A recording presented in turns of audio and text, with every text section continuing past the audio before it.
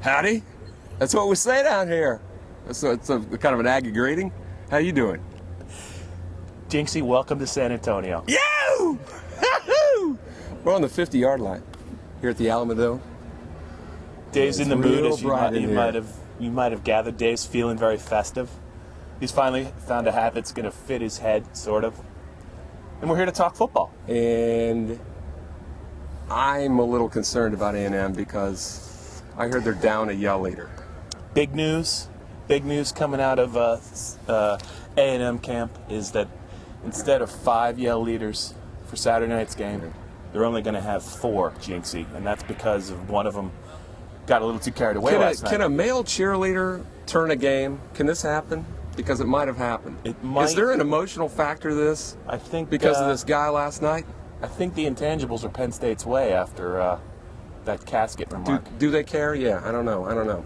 Well, we got a lot of different factors here. Texas lost to this team unexpectedly when they needed a win for a BCS Bowl bid. They lost 38-30, and A&M completely changed their offense around. Stephen McGee had been running the zone read option, and they all of a sudden started flinging the ball around like he did in high school. Remember like he did in high school? Yeah, baby! I feel like I'm sitting next to Robert Duvall in Tender Mercies. A&M opened up the offense, and Texas... You know what they did to Texas? They gigged them. Yeah, baby, yeah!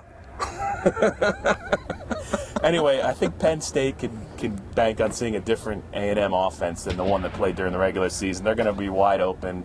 They got nothing to lose. They're the underdogs, and they're going to turn that quarterback loose in that big tailback Jaworski lane, and they're going to run the tight end down the middle, and Penn State better be ready Saturday night. Well, the A&M guys that we've talked to are not believers. They're more believers in the offense that they saw before, with nothing but lane and getting a lot of 3rd and 6s, and then McGee just throwing the ball up for grabs.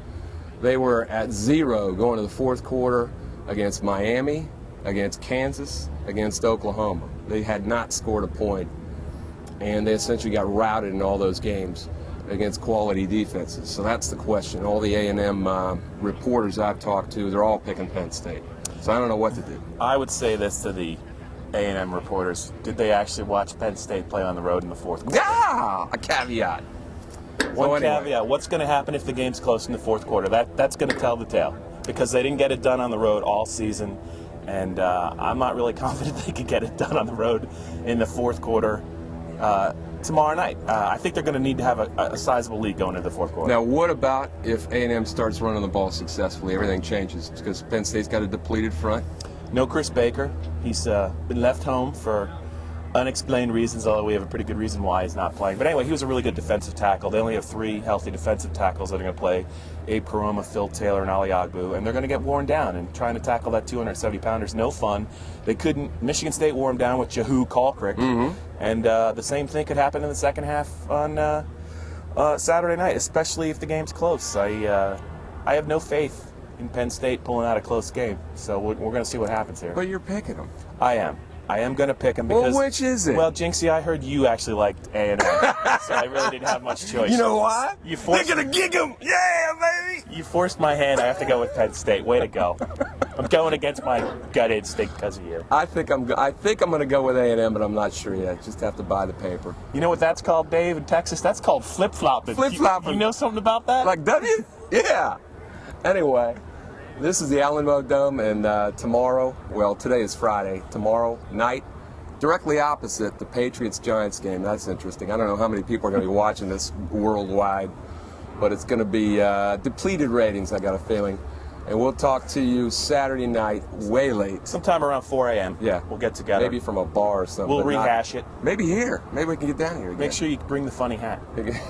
Yeah. See y'all.